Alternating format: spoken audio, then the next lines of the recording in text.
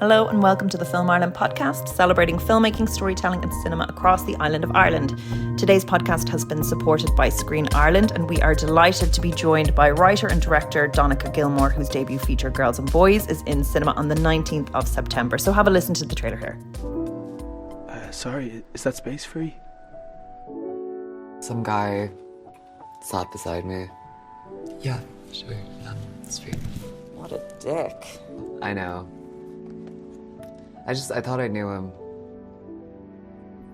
Nice to meet you. Me too. Are you from Trinity, yeah? Yeah. We are. Trainers for winners, huh? I used to love setting them off for Halloween as well. Well, maybe we should get some. Oh, I think that's a cake topper. I didn't take you for an equal opportunities kind of guy. what are you talking about? Don't worry, your secret's safe with me.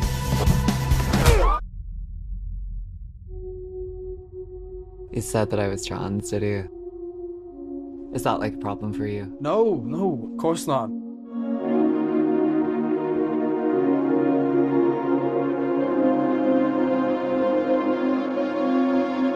You are so spineless.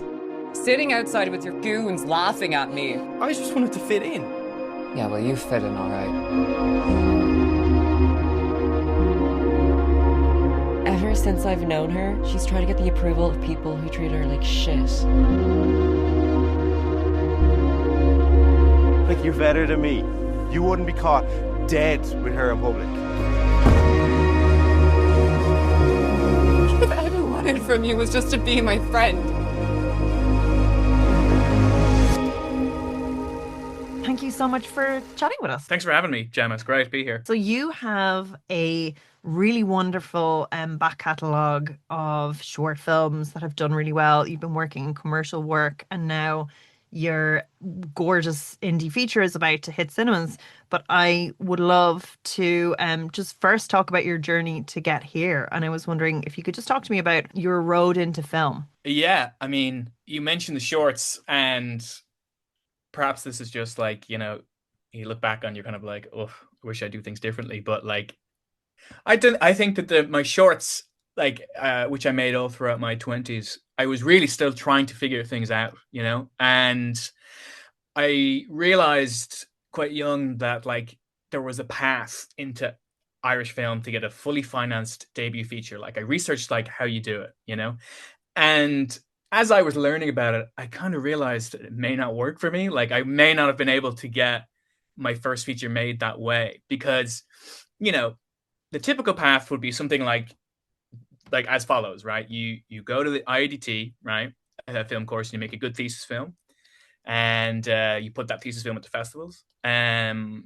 then maybe you make some more independent shorts afterwards, and you crew on other people's shorts. You apply to all the main grants, focus shorts, done every first frames, Virgin Media discovers, you get your first funded short made. And then that gets a good festival run. And then you move on to trying, direct more shorts, music videos, or maybe curtail that into TV, right? And that journey can take 15 years, perhaps 20 maybe, to get your first feature. And I wasn't sure that my shorts were very representative of what I could do. That was my issue. I didn't think I was very good at them. I was like trying different things. I made horror shorts, and I really like horror films, but then when I would sit down and I'd try to make a horror feature, I kind of felt like it was something I might have seen before. I was like, this doesn't seem very, novel, like a new thing for the genre. And so that's why I kind of turned towards looking at making an independent film, and I was thinking about it for years, because I just wasn't sure that I'd proven myself to the powers that be to finance my first feature from the jump, for the entire prep, production and post. And I think if you're going to make an independent film, the one thing I would advise is you have to really love the story. Like, it has to be something that you really want to tell. We're getting ahead of ourselves. I want to dig in a little bit, if that's okay, because I really want to dig into this, sure, like where the idea came from and stuff. But I really first want to go to reverse back a little bit, and you're sure. You're out of college, you're doing shorts that have done incredibly well and, gotten coverage. But I wouldn't say that they had done very well. That's my pushback, right? So I think they did okay. I think that I think my shorts, like the short they made that maybe got the most attention, right, was an Irish language musical called Bonsoir Luna that was like, and I think it got attention because it was just so different. And I think I struck upon something with that where it's like, which is similar than 10 years later with Girls and Boys, where it's like something that does seem new to the film scene in Ireland, and like Bonsoir Luna was like, it was an Irish language musical that was trying to do all this stuff, and we got a grant from the Arts Council to make it. The only grant I ever got really for a short film, small grant from the Arts Council to make this thing, and was trying to do stuff way too, big for the budget that we had. But I think there was a charm to it, even though it was very rough. And, I think it got some attention because it's like, wow, an Irish language musical, and there hasn't been one. Isn't that interesting? And it was very, very positive. And it showed Dublin in a positive light, which is something I think Girls and Boys does as well 10 years later. So I think, the shorts, I just found I struggled within the medium, I think. There's this thing about short films that people say that, like, sometimes it's like somebody is trying to condense a feature film into a short, and the short is constrained, right, by this guy who's very interested in narrative and plot, right?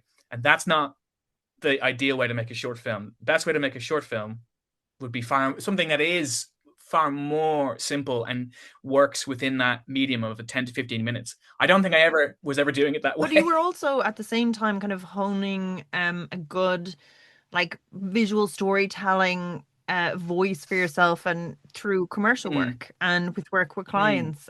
So maybe talk about what you were doing over there as your day job, and maybe how that fed into the types of projects that you were looking at, or how you approach those.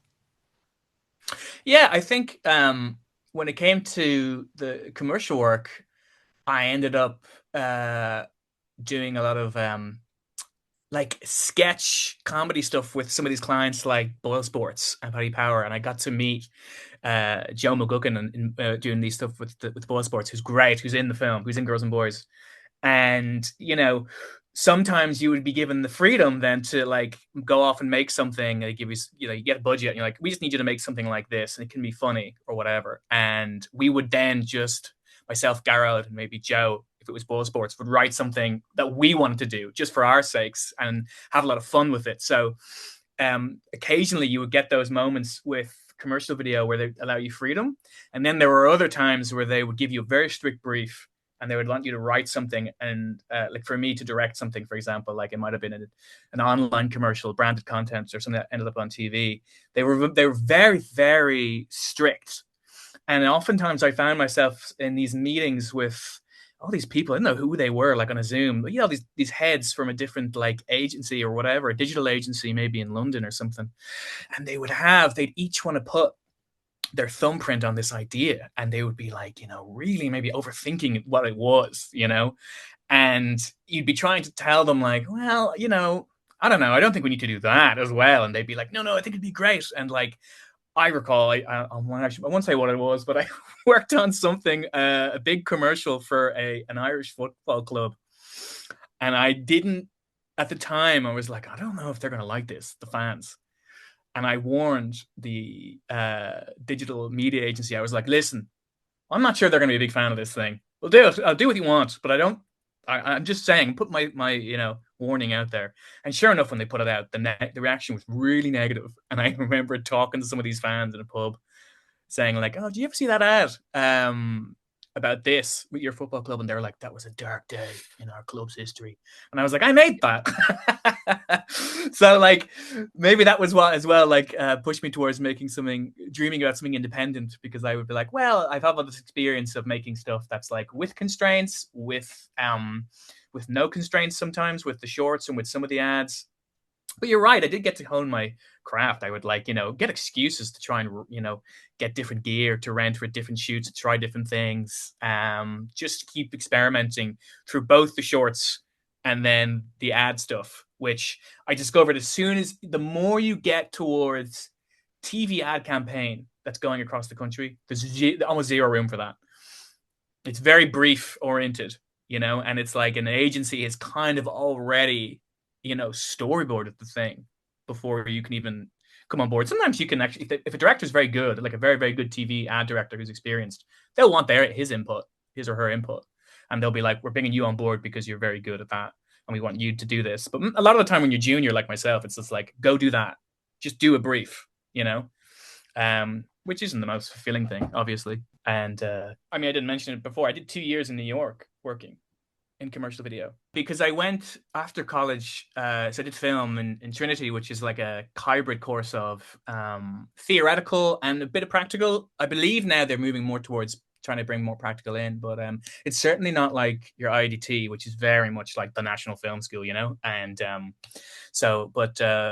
film in Trinity was great to learn just about, like, you know, world cinema and, you know, all that entails. But then after that, which was about 2014 when I graduated, I decided to do the grad visa to the States.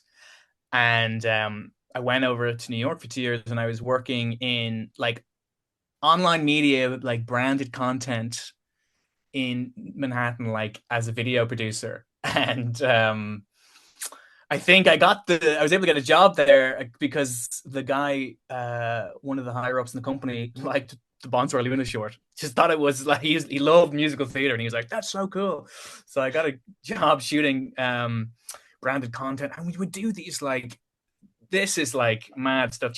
So in the mid 2010s, there was a real like boom, and BuzzFeed is the big version of this like digital content that all these people, companies would do branded content with different companies, and they would get people to come in and shoot their ads who were far less experienced than the classic big agencies, but they brought a new sensibility and they were more familiar with, you know, the online space. So you work with all these big clients, and I was like 23, 4. I was, you know, didn't know what I was doing, but you'd be doing things like, I remember we shot a celebrity dog wedding, and like, and the dog I think was called Khloe Kardashian, and Like, hang on, the dogs themselves are getting the married. celebrities. It's not. Well, they were the celebrity dogs of celebrities. Okay. Oh, okay. I think. Whose dogs were they? I like, they were online influencers, and they were like, they'd like loads of followers. And then I remember the Real Housewives of New Jersey were there, and they got in an argument with us because of their camera crew, got in an argument with our camera crew. So I was shooting very weird stuff, like, you know, like just I feel like this needs to be a film by itself. Yeah, like the celebrity animal sphere, it was blowing up around 2015. I got a window into that. So it certainly was interesting, you know. The animals are all very nice, but they so you'd be doing something different every day with this companies I was working with, doing all these videos they're trying to, like, you know, go viral, right? The big brands were trying to get these companies to help them go viral because they understood online media better. That was the idea. This all kind of fell apart then in the later 2010s. Like, people stopped doing this as much. Like, the big brands would stop, you know, hiring these companies. Like, so basically what it would be something like is BuzzFeed has a whole team that these companies would approach, and they would make these videos for them. That's what it was. You know, you're going direct to them. And I worked in a BuzzFeed kind of competitor that was like doing all this stuff. So yeah, that was interesting. I was like shooting a lot, you know, and some of it was very fun, you know, and some of it wasn't, but like, it was just very different from the digital media sphere back here, you know, in Dublin. You know, so it's definitely quite guerrilla-ish. Like, you're kind of on the ground and loads of risks are being taken, but yeah, it's weird because it was guerrilla-ish, even though they had loads of money, they didn't know what to do with it, like, because they just would get all this series funding, these companies, but they had no, like, you know, structure in place, because they were all startups in a way, you know. I can't stop picturing dogs in little wedding outfits now. Like, that is all that I'm even thinking about as you're describing this. I'll send it to you. So, you know, I'll find it after this. I definitely think one of them was called Khloe Kardashian. I know that much anyway. And I remember meeting the dog. And they got married, you know, whatever.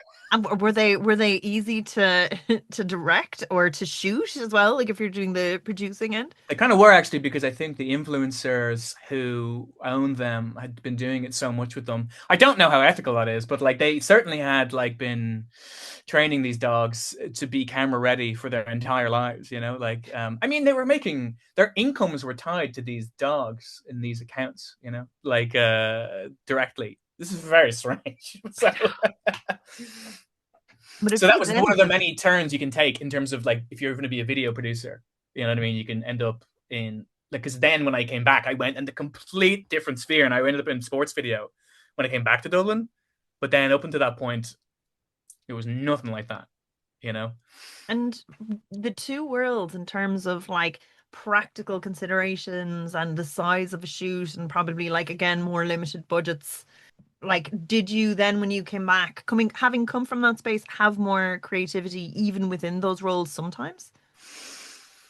Yeah, I think some of the when I first came back from New York, then and I started working with some clients in Dublin, a lot of them liked that I'd worked with these companies in New York. They're like, "You've done that stuff, like yeah, these branded, shoots in New York, and tell us what that's like." And so I, bring some of that experience back and be like, "Well, this is how we were doing it over there," you know. So some people actually they really liked that, side of things, and they were trying to kind of imitate it here in Ireland and in Dublin. And I think this is around, like, let's say 2017. This all started to kind of collapse around 2018, this type of video, because basically the social media companies changed their algorithms. And it's mad, but like a simple thing of like, if Facebook changes its algorithm, it can shutter a company within weeks. So the company that I had worked for in New York, when I left, the following year they shuttered, like very suddenly, after being one of the most successful media companies in New York, because Facebook and other companies changed their algorithm to stop rewarding that type of video. And then once that happened, the clients disappeared. So the video landscape when you're in video producing changes very quickly. It's and so because I was in my 20s, it's like you're more elastic. You know what I mean? You're like, well, I'll just bounce and do something else. But it was strange to be like part of a company that was from the outside very successful, and then it just disappeared. And the same thing happened with the company I was working with. Some of them, when I first came back to Dublin, they disappeared the exact same way and the same time as the ones in New York, because the algorithm affected them as well. And what skills and information are you picking up? Like, are you learning how to work with dogs and people? Like, are you kind of like the whole time accruing this like toolkit that you will go on to use later? I think it is definitely useful for being thrifty and being able to run sets and like, etiquette and that type of thing. Because as I was mentioning earlier, like in terms of the way you can build a career in film as an above the line, let's say that be a director, producer, you can just do the other way of crewing and moving your way up. And then, that means you're on set a lot, and you might be on traditional TV film sets.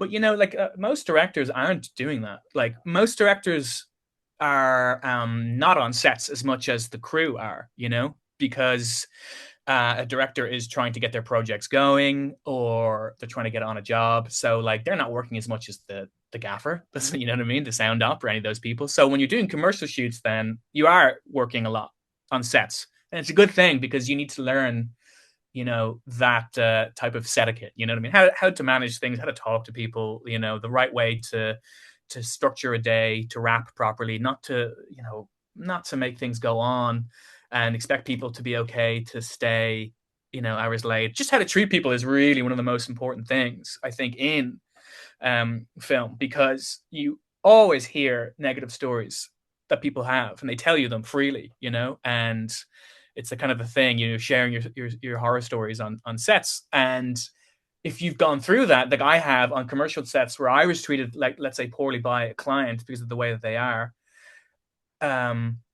it would impact your work greatly.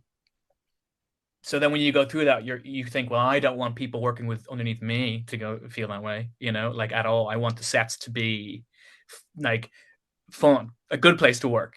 It's hard enough to make a film. You don't need to be miserable doing it, like. Yeah. And so then while you're doing that, do you have the space and capacity and energy to be working on short film applications, long film applications? Like, are you doing that, or have you parked that for the time being, with the goal down the line being to do your independent film? I kind of stopped doing it by 2020. I feel like I was shortlisted for every single grant in the country, and I was like, um, you get nice feedback, and people might say, they'd be like, "Oh, well, even getting that far is great," and you'd be like, "Yeah, great. I'll take all that to the bank." Because yeah, I think everyone experiences that frustration of submitting to the grants and getting close and such. But I think by 2020, which is just like, for a lot of people, this maybe wake up call when they had this time. That's why I think there's a lot of independent films that have come out in Ireland in the past few years, that like COVID caused a lot of people to have this, internal reckoning of like, well, what if I just made it myself? I've seen a lot of independent films in the past few years, and I think a lot of them had the same, logic that I did when it came to it. When COVID hit, you time to think about it, you time to write, and in around the same time, like a few years ago, I turned 30. I think when I turned 30, I was like, that's it. We're making an independent film, Garrod. Like to my brother, I was like, we're doing it. And I just was like, I've worked in commercial video for like 8 years at that point, in different capacities. And I was like, it's now or never. I kind of gave myself this. I mean, it probably wasn't now or never, but I said that to myself. I was like, it's now or never. We're going to do it. Like, And in terms of like, like sustaining characters and sustaining dialogue, and having it be like, so strong for that amount of time, like, are you writing feature scripts? Are you like working on projects on the side? Or is it a case of like, this was I wrote a lot of feature scripts, like things I was trying and different, experiments, and some of them were okay. I didn't think any of them were good enough to make until I wrote Girls and Boys. And I think the reason being is, so I came up with the premise for Girls and Boys 13 years ago. So when I was in college, I had these two characters that are in the film, Charlie and Jason, and I came up with this premise back then. And even though I didn't write the script back then, I made some attempts. It just wasn't really working out. Like, I would try and write it when I was like 21, and I wouldn't get further than the first act. So I'd park it for a while, and then if I would come back to it a few years later, because they kept reoccurring in my mind, like they wouldn't go away. So I would try it again a few years later. It wasn't working out. So all throughout my 20s, I kept returning to this idea, kept coming back. And the issue then that I identified was that I had just met them at the wrong place and time of their lives, because the script was initially set in secondary school, and I was trying to write this script set in sixth year. And as soon as I updated it to college setting, they're both in like their third year of college, the whole thing clicked, and it was like written in a frenzy almost. I was writing like constantly once I figured that out. That was the big break. So this has been on my mind for so long, and I knew then that I was like, well, if this isn't going away, this premise and these characters, they're not leaving, that means something. It means that I really want to tell this story, and that I would actually put my money on the line to do it. And it isn't just something where it's a premise where you could, this could be a film and it could be my first feature and it might be good. It was like, no, I have to do it. It came, when around 2020, it kind of announced itself more and more and more. I kept thinking about this idea and everything else fell away. And I was like, no, I really want this, which is actually quite unlike all the other shorts I'd made, to be my first feature. It wasn't like a genre piece. It was far more stripped back, romantic drama. And my producer was surprised when I brought it to him. I was like, this is what I want to do. This is the one. And he was like, really? He was like, oh, okay. He was just like, he took some convincing, I would say, because he was just surprised by the shift. It was something, it really reminded me of those 1990s Before Sunrise, Before Sunset, star-crossed lovers type films, like how the relationship unfurls. I mean, how gloriously it's set, Dublin itself as a feature. There was almost like that nostalgic element to it, watching it, that Yeah, that like it takes you back to all those like even like the Kevin Smith era, the good Kevin Smith era. Yeah, no, Kevin Smith was a I like when I saw Clerks when I was 16, I got the Clerks 10 box set. That was a massive changing point in my life watching that. I thought like when I saw that he was a normal person that made a film like that, it genuinely made me think I could be a filmmaker after like thinking about it for like, as a teenager being like that'd be a great job. Clerks is a very inspirational film, like it really is, and there's certainly this film owes a debt to it for sure. You wrote it in a frenzy. Was there much revisiting it after Yeah, it was kind of out there? yeah. So the script was written. Yeah, it was still written over a period of months and months. Let's say it was written over 6 months. The real challenge was like I knew that the casting of Charlie and then Jason, like if it wasn't done right, the film wouldn't work. So I did come to my brother, my producing partner, the caveat saying, I want this to be the one. However, if we don't find the two actors to do it, we won't do it because they're the film effectively. And you know, there is something about like the timing of things where they can work out because it just so happened then that Leah, who was like finishing up at Bow Street, was the right age and just a great new young actress who was perfect for Charlie, which made the casting so easy of that character, which I didn't think was going to be the case. It ended up being a lot harder to find Jason afterwards because once Leah came on board, we had a full year before we shot where she and I worked on the script and workshopped it, talked over the character and did a lot of work.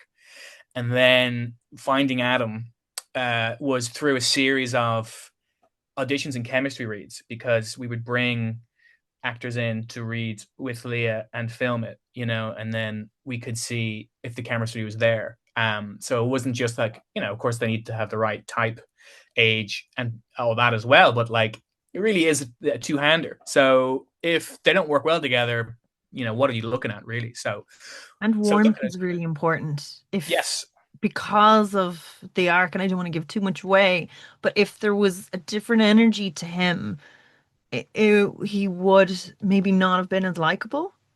yeah, because the characters are all oftentimes wrong in their actions and they're messy sometimes, and so you don't want them to be come off as like really unlikable because they are messy, young 20-year-olds. And the same would be said, I think, for Mark, who might be the antagonist in the film. I still think he's played by Oisin Flynn very well, wonderfully, because I think I still have empathy for that character, even though he's really bad, like his actions are in the film. But it took about 8 months to find Adam. Throughout 2023, as we were moving towards the production being in early 24, because again, I didn't want to get it wrong. I just knew that these two actors needed to work well together, or the film wouldn't be engaging in any way to watch.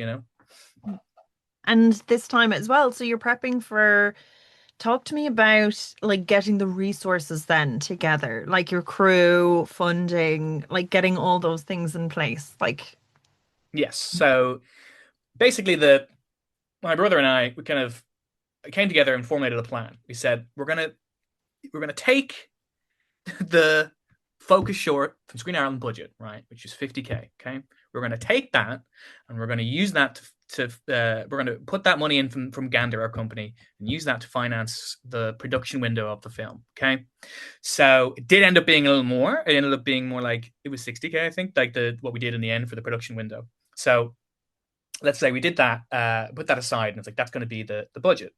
And we knew that how many days shoot? That's 16. Okay. Yeah. So 16 in January of 2024. And there was outside shots. Chilling. Yeah, you see, and this is the problem, like though, but there is actually you can get good crew people in January because the work it's a bit slower, but it was a very cold shoot. Very, very cold. I will say that. Yeah, that was the only challenge really. It was cold. But so when we put that together and say this is the money, right? You can think of it like this: like a budget is a state of mind. You're in that state of mind. You're like, this is what I've got, and I have to, work to this number and try my absolute hardest not to go over. And I don't subscribe to the idea that you need to do like a one location feature like that. To me, it's thrown around a lot, but they're actually quite hard to do well and keep them engaging. What I found was that you could actually do a lot of locations as long as you weren't doing too many company moves. That's the real killer for me. So I did only one day in the entire 16 days was there a company move from one location to the other, and then every other day had enough pages in each location to stay there. So that's why people recommend you do one location features, because the company move is so hard on the time and the money of the production. However, if you write it in such a way that there's enough pages, that means you can stay in that location every day. If it's the one you've picked, sometimes you're doing 3 days in one location, sometimes you're doing just one. That I find is the way to keep it manageable, and you're able to do it in that time frame, you know. So then we, in terms of the crew and getting everyone involved, yeah, I mean, it was just such a great team like that. We got on really well with, because we wanted people to really like the actual source material and the project. So there's a lot of young people on set as well as some experienced, you know, because I think based off what the script is about and what the film is about, there's a sensitivity maybe needed, and people kind of have to be on board, right, with what it is. So and I don't think it wasn't actually intentional, not intentional rather, but at some point I realized it was like, wow, like nearly the vast majority of the crew of this film is either like a woman or a queer person. There's actually very few men like on the set. And yeah, I don't know if that's just like maybe now that's a good guide for like having a good set that's like drama free, because it was like, you know, it's conflict free set, you know. But it was just like really fun. So we had a great cinematographer, Fanula McCormick, and her team, and she was really on board from the start with this idea of, And it's you know, beautiful. Like well, she does a great job. it really is like these, you know, the shots inside a small house are very cinematic. Dublin has never looked more stunning at night and vibrant. Like it is gorgeous. Yeah, she and I beforehand had these conversations about how, I mean, like I had the Super 8 stuff that was always in the script. The idea that Charlie's character shoots Super 8, that's what she likes to do as a like an amateur filmmaker, and the Super 8 stuff was going to be in the film. And Super 8 by its very nature is a very nostalgic format. It's very hazy, it's very idiosyncratic, it jumps, it breaks, and you know, we decided to leave all that stuff in because I like it personally, but we wanted the digital cinematography then to complement it, which is why, you know, we went for some very old portraiture lenses that were rehoused for digital cameras. They're these Canon FDs, and they're just this like really nice 1970s photography range that they have rehoused for cinema, and they have a very unique bouquet. It's kind of dreamier, it's hazier, it's it's softer, and it's you know, yeah, because digital film is very clean and Super 8's very gritty, right? I wanted them to be different but somewhat complement each other, you know, to have a softness. I think a lot of digital filmmakers, when we kind of access to film, we're always trying new ways to make the digital look less sharp, which is why like old lenses are becoming more and more popular with filmmakers. We're trying to do what we can to obfuscate, you know, the image. But yeah, I think it works relatively well in shooting Dublin in particular, trying to have a very specific image of Dublin, you know, to show it as it can be a very fun playground for young people on nights out in their 20s, you know, because that's how I found it. And I do think that there is a lot of doom and gloom around Dublin, particularly now. A lot of people just think, you know, Dublin's a kip, right? And it is in a way, but there is also a lot of charm to it. There are great things about Dublin, and I hope the film can that shows some of that side of it. And in terms of how I just love as well the intimacy of the emotional arcs of the characters. You really are brought on a journey as a viewer with them. Talk to me then about like capturing that and working to like with your actors to, you know, get those personal beats, because you know a lot of it is the dialogue is there on the outside, but what's happening, below the surface are these lovely little ebbs and flows and beats back and forth between them. Yeah, well, something I've been saying a lot is we were money poor but time rich, which meant that we could, do a lot of workshopping and rehearsing the script. And Adam and Leah, it was their first feature. It's my first feature, and so we all were very invested in it. And so in the year leading up to the production, so in maybe the 4 or 5 months before the shooting window, we would meet up and workshop these scenes together. And it was actually in one of the locations that we ended up shooting in. We had access to this. It's the apartment set in the film, so we would go there to the actual location that we were going to make the film in, and we would shoot these scenes and talk about them. And from those sessions, we would change things in the script. We would add things in. We would be able to find these kind of character moments, like there's an improv feel, like I guess sometimes that, like, and some of that came from these sessions. And there was also, every time when we were shooting a scene, I would shoot the script very rigidly, and then we would do loose takes, which is just kind of like, all right, we got what we need, let's do something looser, because Adam and Lee were very good at doing slight alterations in the dialogue because they had been working together on the scene so much.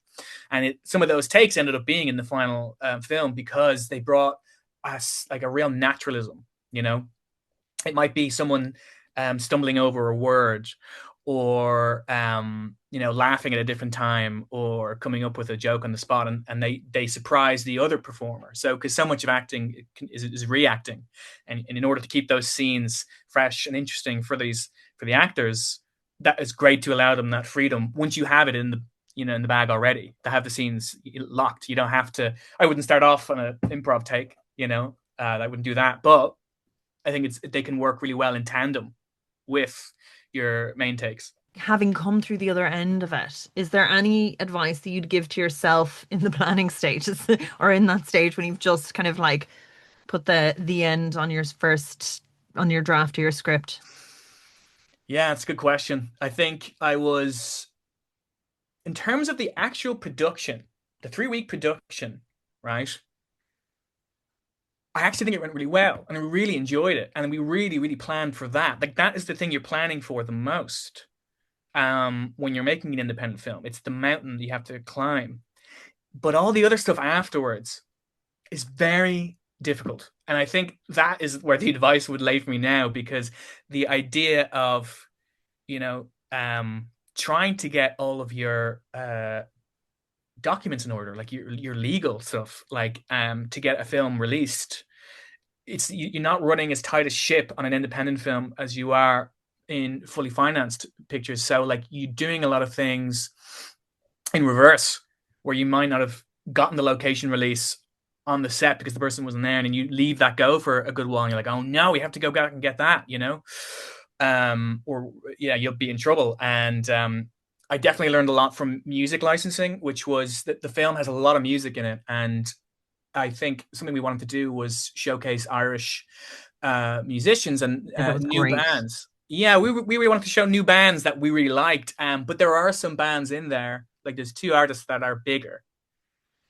And getting the rights to the song, okay, like there's a famous story about The Graduate where Mike Nichols, he put in temp score for all these songs from Simon and Garfunkel, and people, they always say, do not do that, because once you edit a film to a song, you can't get out of your mind, and everything just seems inferior. And so he went to the head of the studio and he said, look, I may have made a mistake. I put all these Simon and Garfunkel songs in here, and they don't necessarily give these songs out freely. What do you think? Can you watch it? Do you think it needs them? And the head of the studio watched, and he was like, you moron, like, we need those songs in there now, you can't take them out. Like, so like, I did that with like 2 songs, and everyone who saw the film kept commenting on how they were great, just how much they added to the film. And I went on such a journey, myself and Garrod, to get these songs, and they're in the film, but it was tough. It was a lot of bartering and pleading and trying to get a price down that was like, because you can end up charging astronomical amounts for the master's rights for a song. To the company, it seems like nothing.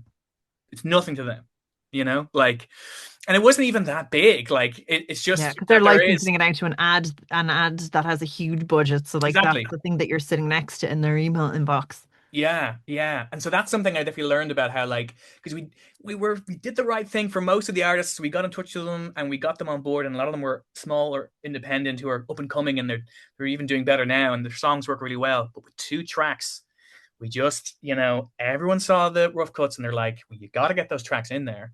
And I would try other tracks. I tried to replace them, and it's just you're sitting there for like hours with these other tracks, and nothing's working the same way. It's very strange, once you set something and it works well, it's very hard to shake it, from the edit. So that was something like I learned about all these things, because of my shorts. I wasn't licensing music. Most people aren't licensing music for shorts, So some people do, but you're mostly working with your composer. So it was a whole new world, in terms of working with that, like the legality around regions and seconds played, and is it diegetic or non-diegetic, and how it can change the cost. Yeah, so like, massive headache. So that would be your thing, is like pick your tracks before, but then I suppose you Yeah, don't know until you see it I know to you get don't there. know, but I did know deep down. I was like, well, you really shouldn't pick. I will say one thing about the track, right? The track is from a band that signed with a huge company, but the track was from an EP they did before they signed. So if I'd picked a track they had made after they had signed, it would have been something like 200 grand, and there would have been no way to use it. So it was even, it was still actually lucky. Just didn't feel that lucky. And in terms then of like the edit and the sound mix and the post, like and are you doing this then on top of doing a day job? So you have Yeah. your shoot and then, you're doing all the post and editing then as you're doing your commercials and other income work. Yeah, that was it. I was editing the rough cut with an editor who works full time as well. He and I have been colleagues for a long time. We went to school together in Trinity, and we edited the first draft. And yeah, it was just the way it had to be done, because once you've finished and you don't have any money for post, you basically can't. It's like an editor, or a good editor can't really work fully. They can't do it full time, and that's what you need, someone to sit down with the film and be there for daily, just to work every day of the week to get a proper cut done. And it was we shot in January, and then we basically edited over the course of the next 6 months a pretty good first draft to send to Screen Ireland for completion funding. And I had a very good friend of mine who's my sound mixer. He was going to help me out with sound in his post-production house. Like, he was always going to be doing it. But there was the case of the grade, the VFX, all that stuff, the online edit. I didn't have that. And it was like, that was a big question mark, because without the Screen Ireland financing, I really don't know how that would have gone. This was the big risk involved. We didn't have a plan to do that, because we're like, well, hopefully Screen Ireland will see that it's got the potential and they'll come on board. And I was very confident about that. And then as soon as we finished and started editing the film, I was like, wait, why was I so confident about that? I was like, there's a very good chance they'll say no.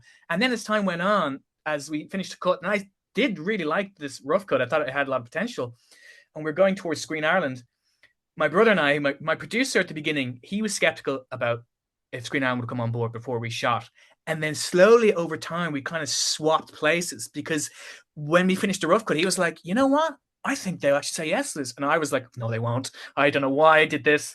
I was like, I'm so sorry I dragged you into this, Garrod. This isn't going to work at all. Like, it was just like, I got nervous, because once like I realized that they were kind of like, I really needed their help.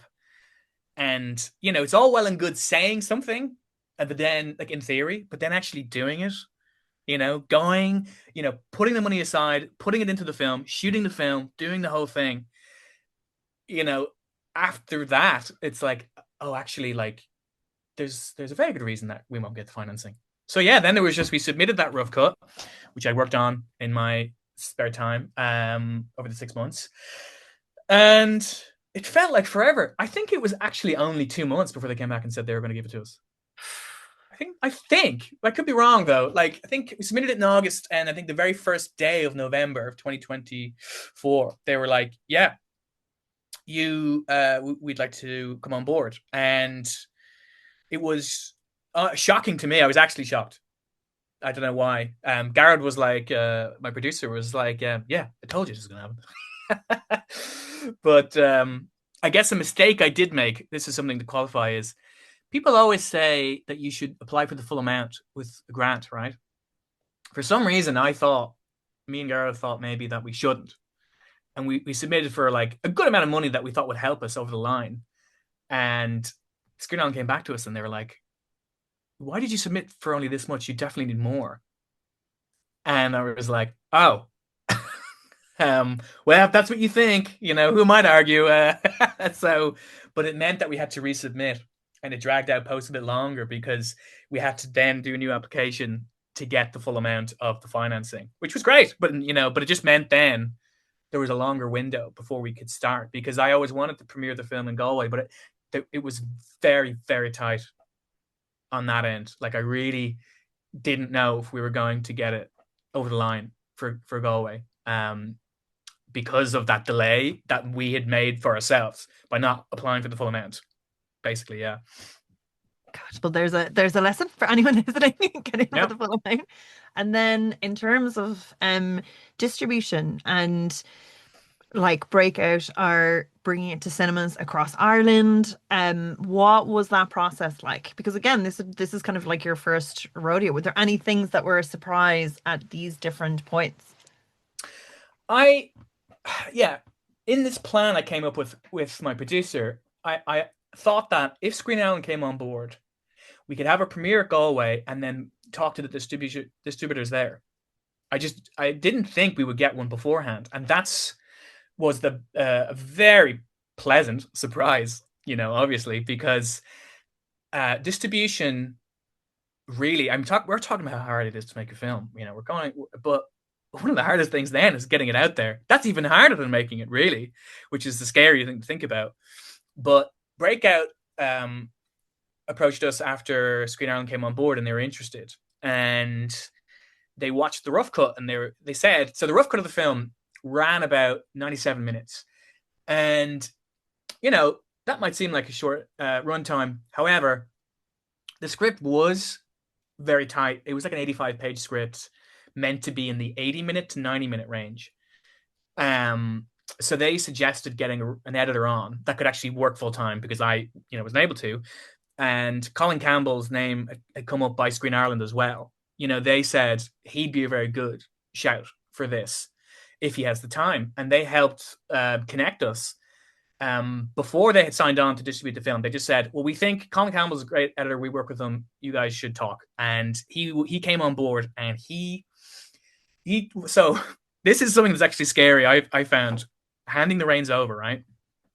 Colin did something that is very common for editors to do, and it's a good thing.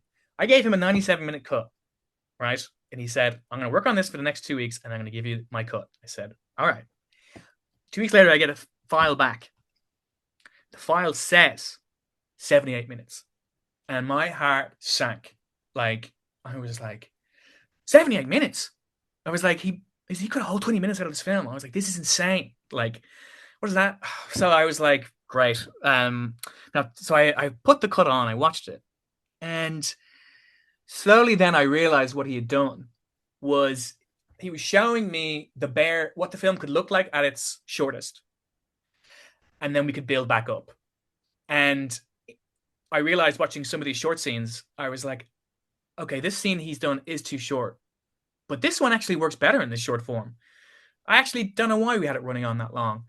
And so it was a very instructive experience, because when I came back to him, I was like, look, you've cut too much, but I know why you did it. And it works. Actually, some of this is great. We just need to build a few more moments back in. So the final runtime for the film with credits is like 85 minutes. And it's very tight. And I think ultimately is a much better cut than that 97-minute one. And he didn't cut any scenes. It was just trimming. It's just trimming certain things here and there, because it's a lot to ask viewers sometimes when there are long scenes with two people talking. That's going to be tough, So his instincts, I think, were right. We just needed to then collaborate and get it to breathe, a bit more breathing room, in for that final cut. which I think is very good. But yeah, it was scary at the start when you see somebody has cut 20 minutes from your film, and you think, do I have to put this out like now? Do I have say over this? And obviously you do, but I'm new to feature filmmaking, so you don't know. You don't want to be necessarily too harsh to someone and say, why did you do it like this? But it was a very instructive experience. And would you then, like, as you're building out those moments, is that something, would you prefer to be in the room as the edit is being tweaked, or is it something that you prefer to keep your eyes fresh to like watch that final? No, keep my eyes fresh, I think. Yeah. Because we'd have a Zoom call and talk about it, and he's based in France, and I would say to him, we go through the different scenes, and I would say, this space here that you took out, I think is important. Actually, these beats, we need to put it back in.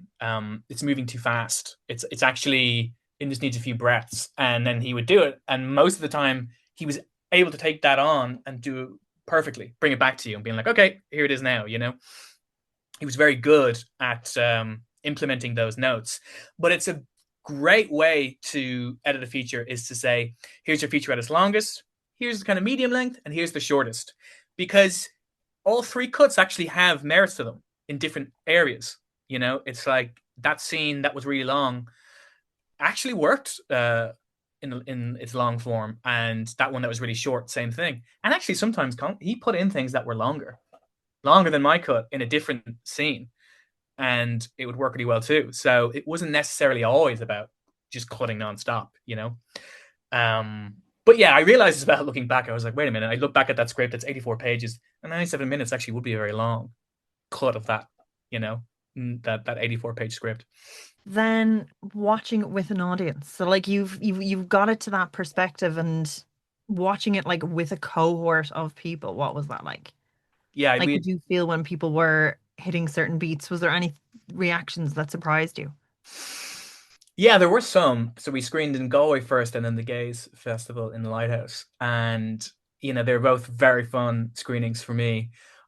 There is a reveal that happens at like halfway through the film. And I think while you're watching the film, the viewer starts to figure out what that reveal is going to be. It's kind of intentional that you would know, oh, that's what this thing is going. It's not supposed to be a big twist. However, certain people told me afterwards then that they didn't know. They were surprised. There would be like sharp intake of breath, and I'd be like, oh, they didn't know until that moment. That's cool. Like, I thought it would be more evident, and it was nice when the moments of levity in the film, such as when Joe McGuckin, who plays the rickshaw driver, comes into it, and it plays well to an audience, and people are laughing, because there are some scenes that are intense, and there are some scenes that they have more levity, and they're designed to be that way. And it was great to hear them play out the way they were designed, but putting it on there with an audience and watching it is very like instructive. Like, it's just like you really can feel vibes in an audience. You can feel it, especially like when you're very connected to something, like if something is playing the way you intended or differently. Like, there was one scene in it between two characters that had more people laughing than I thought there would be. I thought that the kind of jokes in it were very like slight, but then people reacted differently in one screening than the other. There was a different audience in Galway and Gays, and they had two different responses. I'd be very interested to specifically what that is, because again, it is more the lived experience, the queer experience, like what their perception would be to, like, just your kind of filmmakers, basically, like the film industry people. And it's like, it's a different like audience. So I'd be interested to, if you felt that, if you were like. I did, yeah. I think I've spoken to some people after screenings, and it definitely affected them in a way that it may not affect, let's say, a straight male viewer may not have the same. And it's actually designed, the film, I always wanted it to have these two kind of vibes where, let's say, a straight man would really identify with Jason and actually think he's in the right, but then perhaps someone in the queer audience would be like, no, he's totally wrong. about this, and it's an interesting conflict to have. I think that having conversations like that after the film are entertaining. I like that people would come away and have different perspectives on it. But I have noticed, so like when the trailer came out, even for example on TikTok, where it performed better on that than any other platform because of how young that platform is. And I've been getting a lot of messages from young queer and trans people around the world asking me, like, they really want to see the film, and I'd be like, well, I only have distribution in Ireland and UK at the moment, so I can't, you can't see it yet, so sorry, but like they're really interested in it.